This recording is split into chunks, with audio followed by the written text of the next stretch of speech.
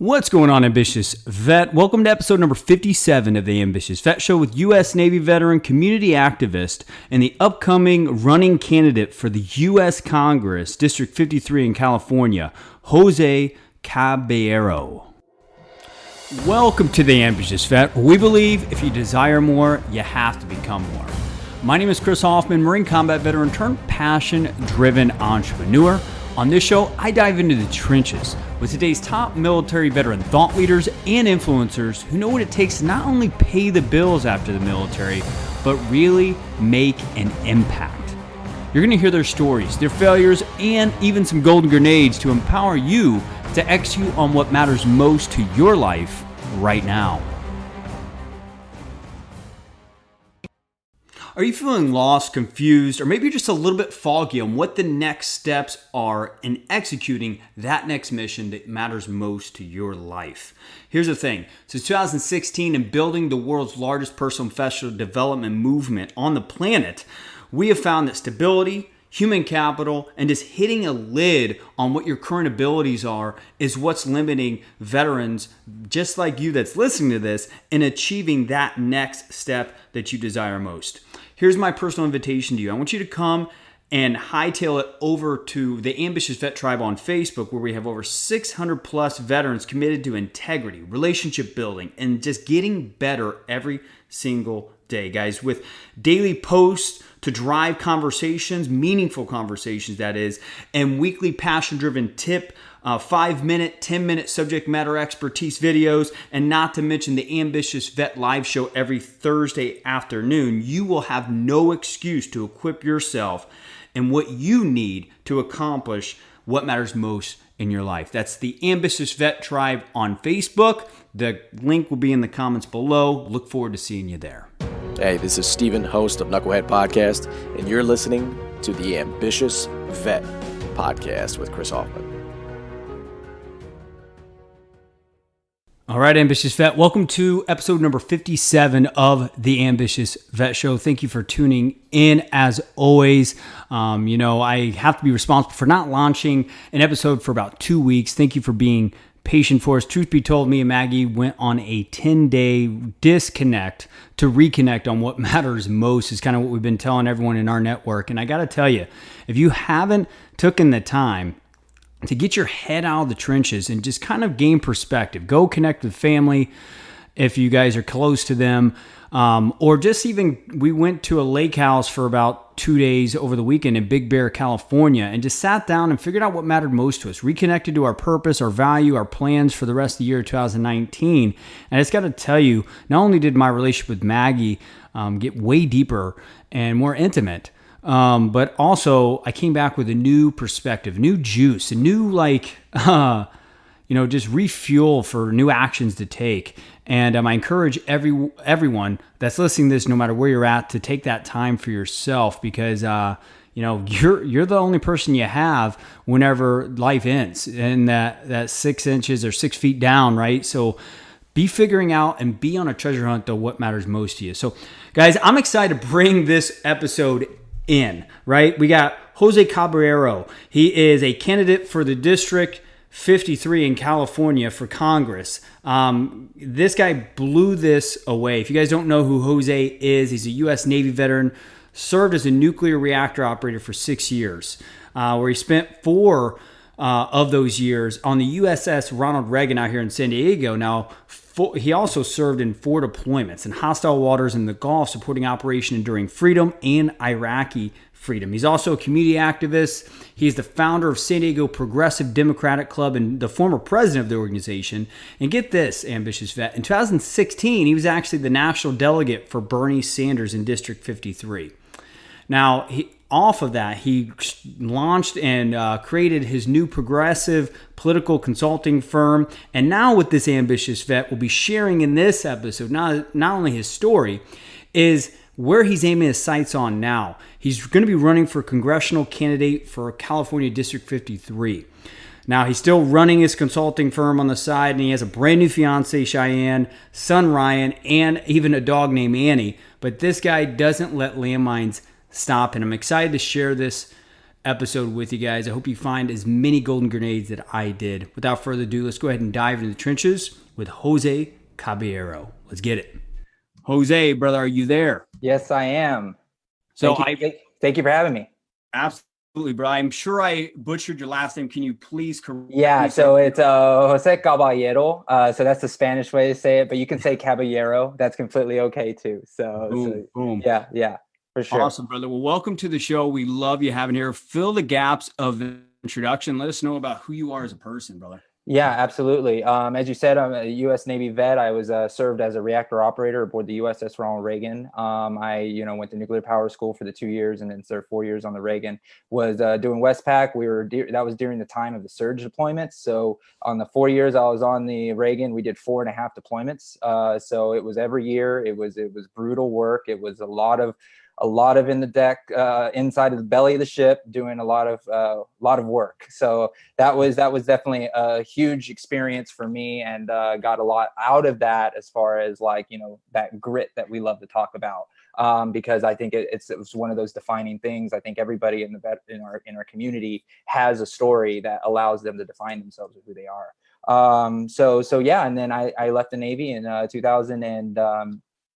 2010, and immediately, with no direction, kind of just floating around, had an uncle come and help me out. I tried to do film production company, and I realized that I was just kind of spinning my wheels, and then I was like, fine, I'll go to school.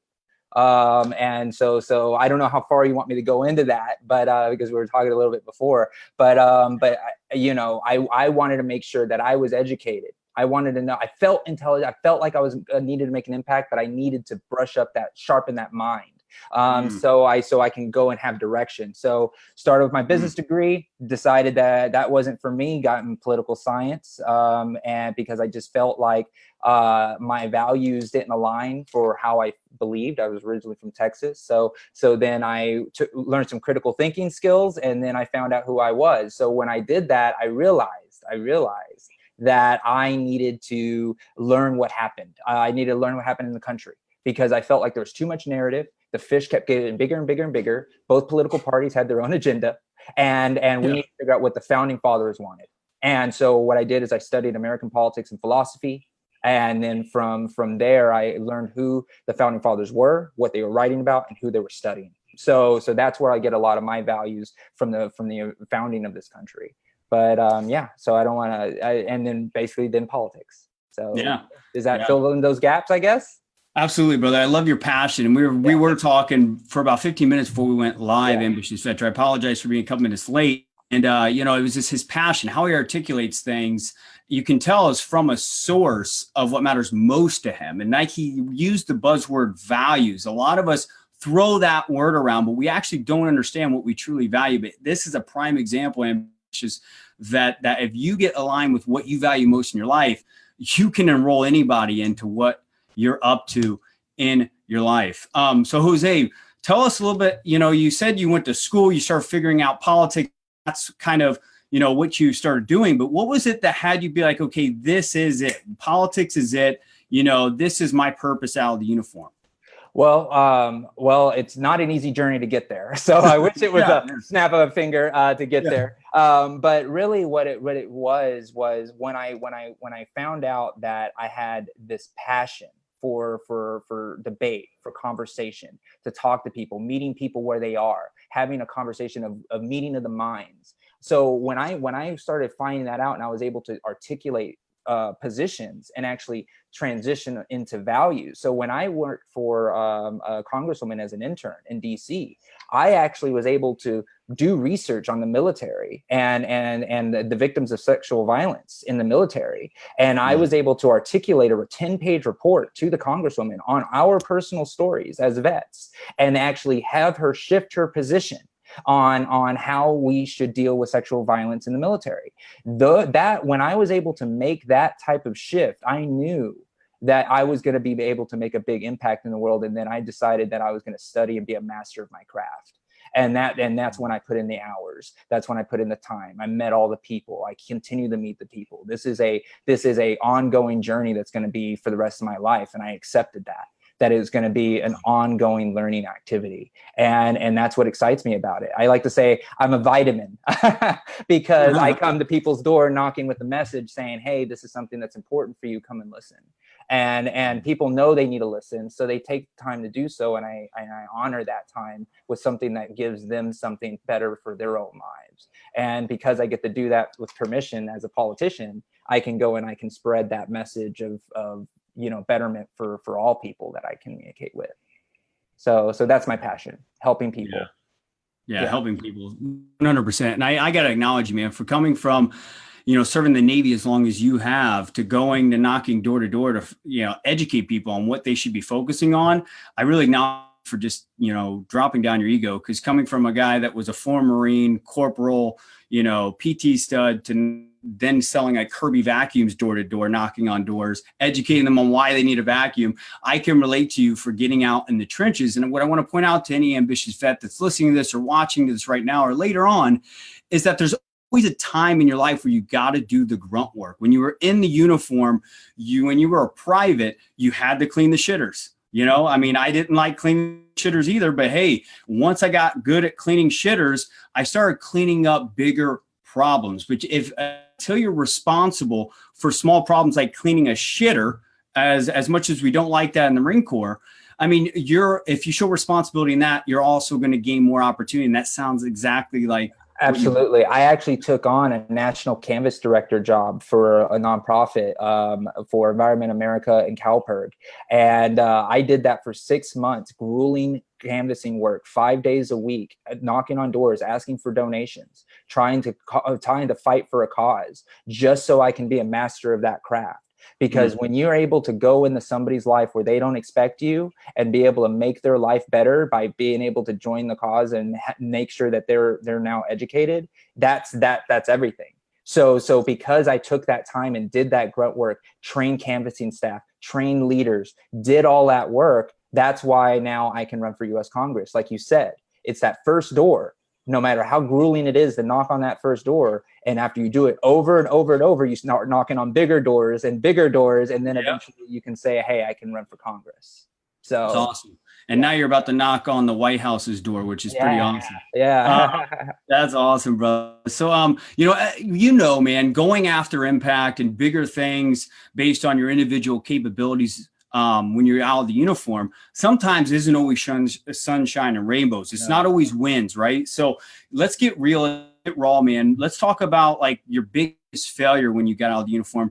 So, building your personal brand. Like absolutely. And what did you learn about the process? Yeah, absolutely. I wish there are so many failures. I've had some pretty good ones.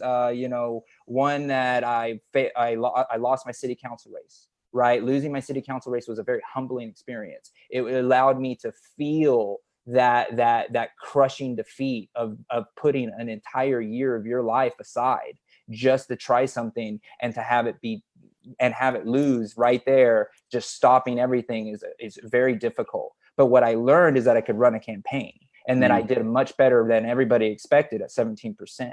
Another huge failure was after winning a campaign when I was my first campaign management job. I thought everything was going to be great. I'm going to have a great job. I'm going to, have everything's laid out for me because I did something fantastic, like win a school board race in the second largest school district in the country, one in the state.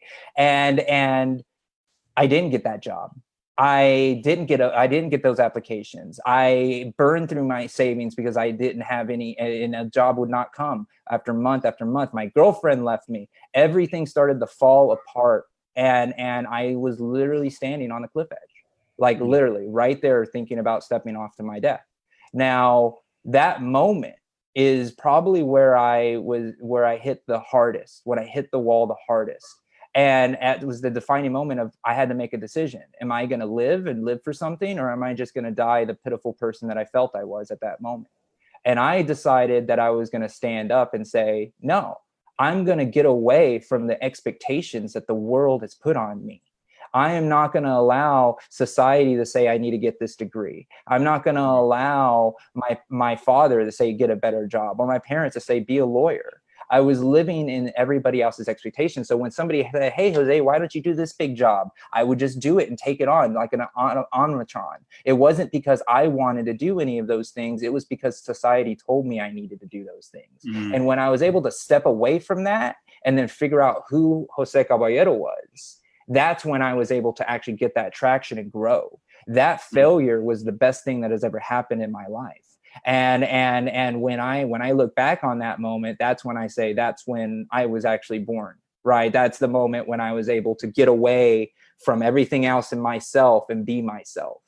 And then it took months of learning more about myself, because it's not a snap finger thing. And then I said, you know what, I'm going to run for city council. And then when I ran for city council, that's when I was like, you know, I'm throwing my hat over the fence. I'm going to take on this giant task. I will see where the world takes me. And I made it all the way to the end. So yeah. So I think that failure is the big one and really defines who I am. And I'm sure there's a lot of veterans that can share that story as well. Yeah, and relate to it 100%, man, and not get stopped by it. And that's what I loved about it, is you just saw it as a learning experience versus like, you know, just being a failure in your life. And I really admire you for being a guy that gets down to the source of things. You know, and that's what we were talking about before we were live here. And I think that's what's going to have you, you know, win this congressional run. And also win on bigger levels moving on the futures, because you're always looking at how do you get more proactive? How do you get to the source of things versus get reactive? Because when you're over here on the reactive side of things,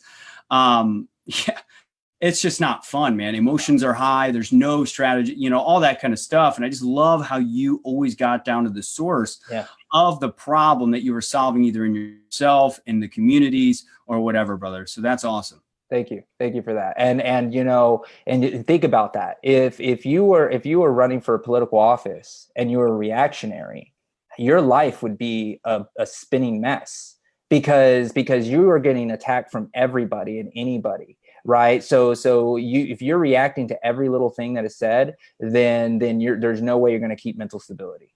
So you have to stay on message. You have to stay stay focused on the goal.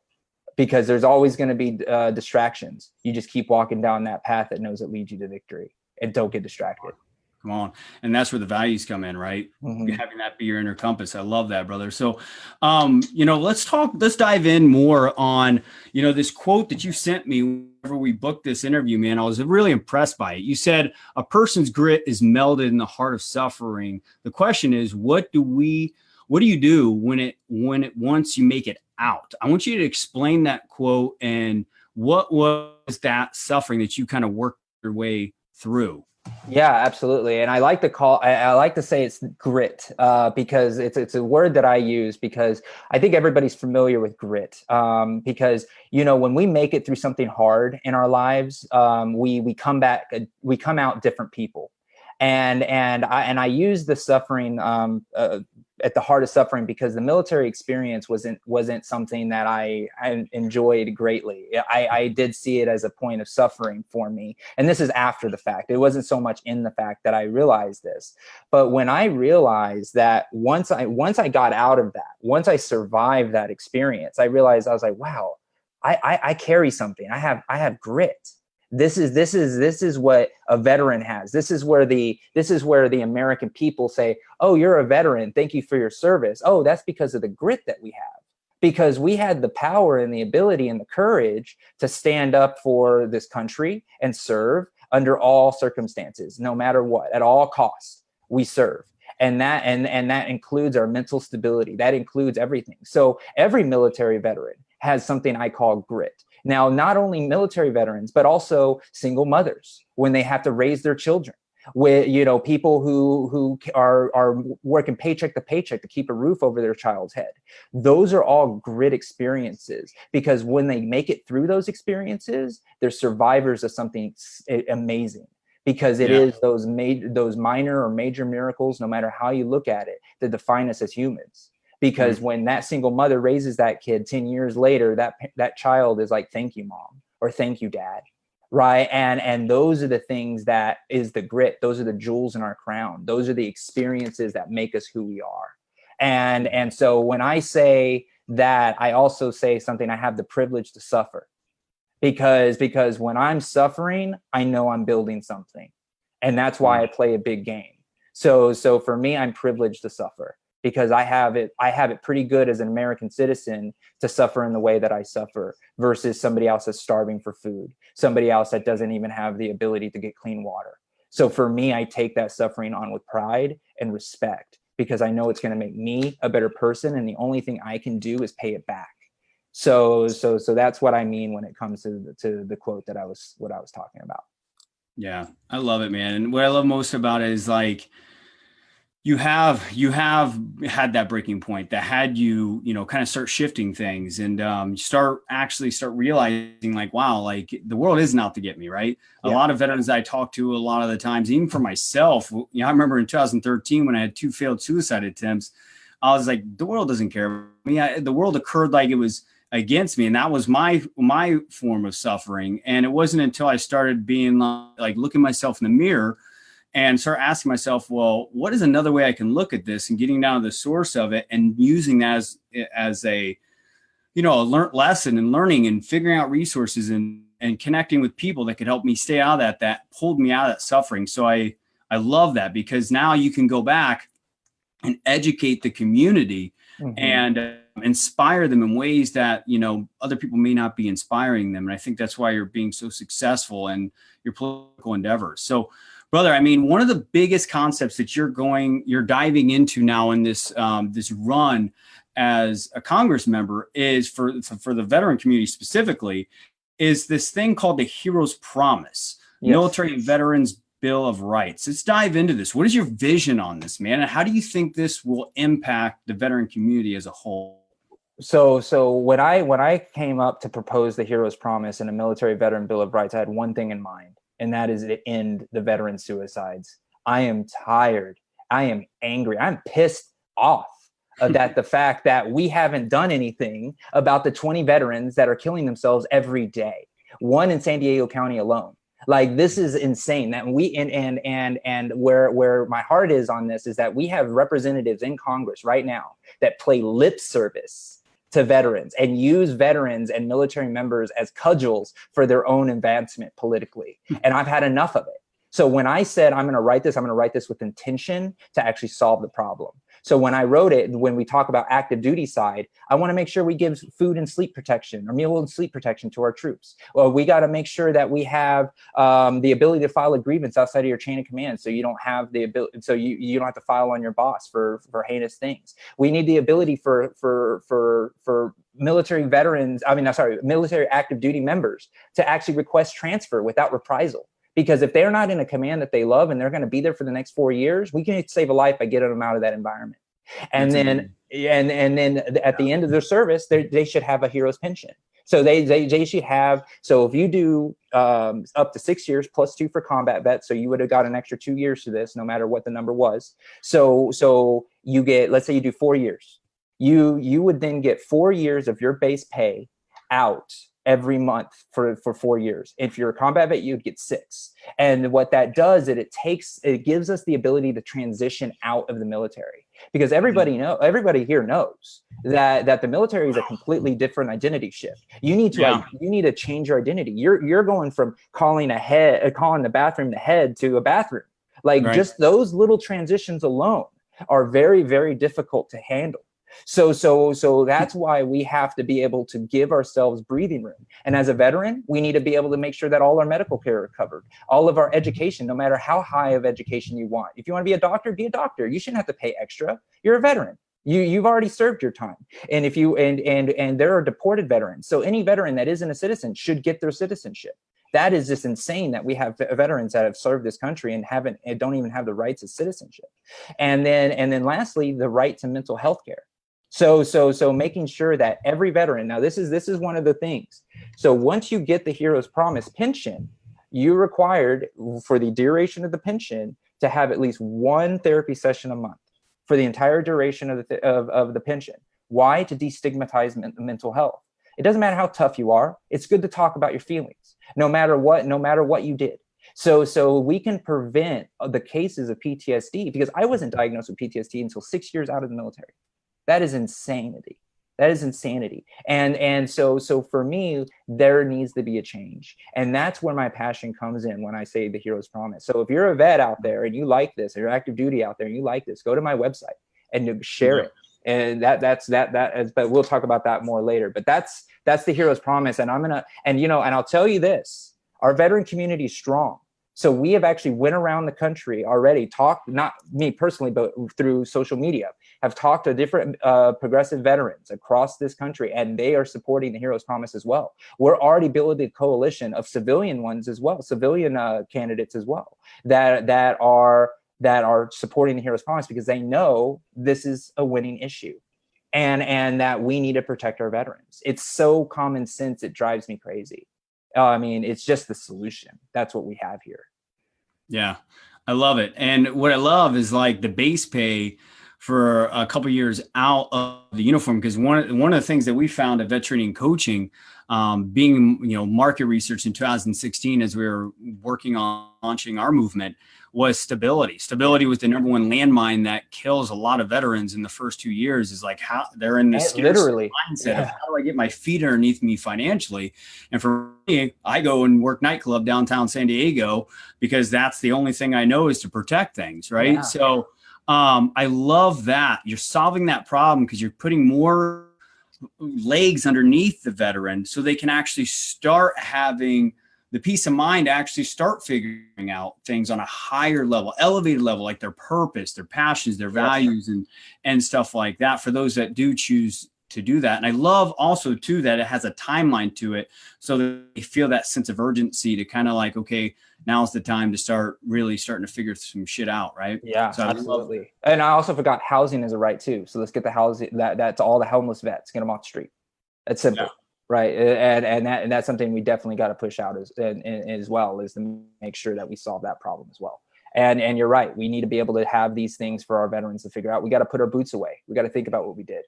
And we got to think about who we are, because a lot of us join as young kids and we're 18 years old, not knowing what the hell we're going to do with our lives, come out doing things that and suffering things that most humans don't suffer. And then they expect us to get out that next month and find a job. That's insane. It's insane. It's unfair, and it's not just, and it infuriates me. As you can I can tell, man. I love it. I love this. I love that you went above and beyond to create a concept that is understood based on data that you've already found and all that. You're just doing the work, man. And a lot of people don't do the work, and that's why they never experience higher levels of satisfaction, all that kind of stuff. So I love that you're doing that. So anything else you want to add around the Hero's Promise, anything like that, brother?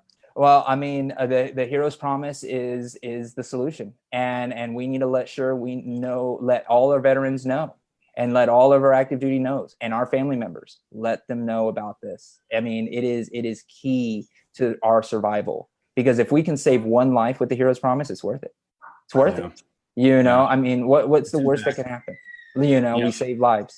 So I love it. And I want to talk to you about, offline around how we could help fulfill that promise. Absolutely. With our organization, I got tons of people to connect you with. So that's amazing. So brother, we got a tradition here, 3 golden grenades, man. What are 3 golden grenades that you could drop in here right now to make immediate impact for any ambitious vet that's out of the uniform, that's just like, look, I desire more, don't know the first steps towards becoming it. What do you have to say to me to help me start pushing my mission forward? Absolutely. Right? First is ask yourself this question.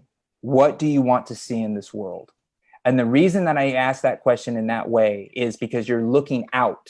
So when you see a world that what you want to see the world to be, you then can find your place in it. So when you find out the world from the vision of perfection of what you want, you can go find the place that you deserve to be in that. Understand who you are, not just your expectations. My second one, sorry, I didn't signpost. So understand who you are, and don't live, and find out where you're living inside of others' expectations, and find out if that's what you want to do. Because if you're living inside of others' expectations, it's not necessarily wrong, but just make sure it's your intention, because sometimes we get caught in a blind spot there, and it's important to look at that. And lastly, take on big tasks. Like if you think that you might have a chance for local office, or you've been in your hometown for a while, pick up a clipboard, run for office. Give it a try. What's the worst thing that's going to happen? You're going to learn a new skill.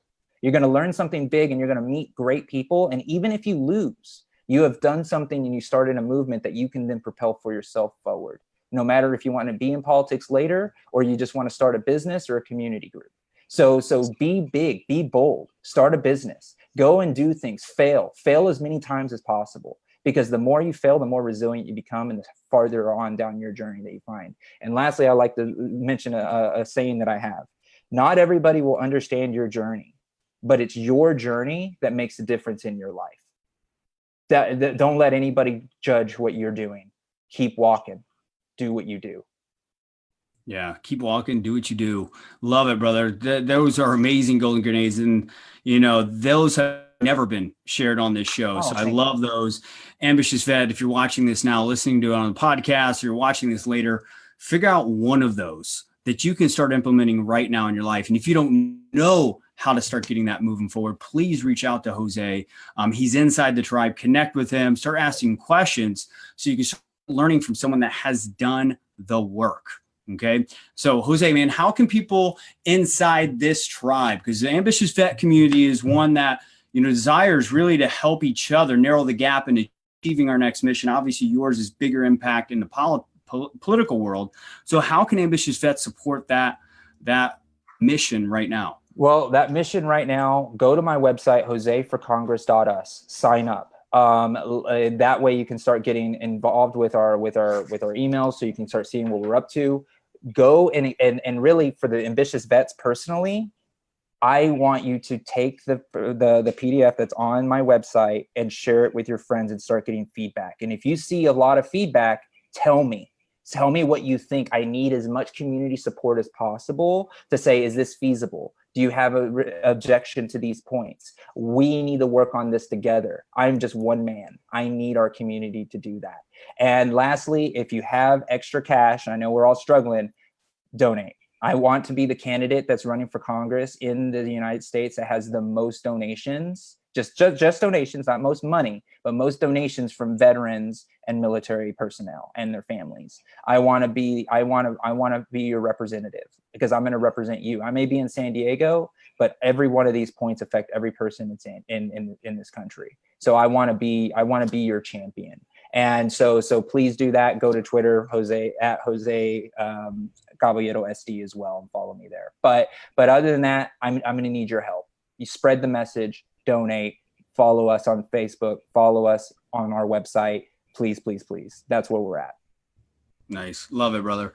I just want to acknowledge you, man. I want to acknowledge you for being who you are for the community, man. I mean, you're someone that hit a huge landmine out of the uniform and worked your way out of it, and didn't live into the belief systems of, your Texas family. We were sharing before this, I was raised by a very simple Midwestern family, and you chose to break out of those beliefs and figure out what was outside of that box. So brother, I acknowledge you for being the Ambitious Vet that you are. And thank you for being a part of the show. I appreciate it. Thank you for your time. And I'm always happy to come back if you need me. Oh, got it. Love it, brother. Love it.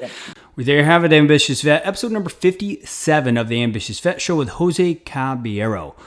If you're listening to this and his message, that hero's promise and his vision of what he wants the veteran community to look like, the benefits, the incentives, and stuff like that, getting out of the uniform, if that just touched you one thing at a time, I want you to connect with him in the show notes below. We're going to have his LinkedIn page there.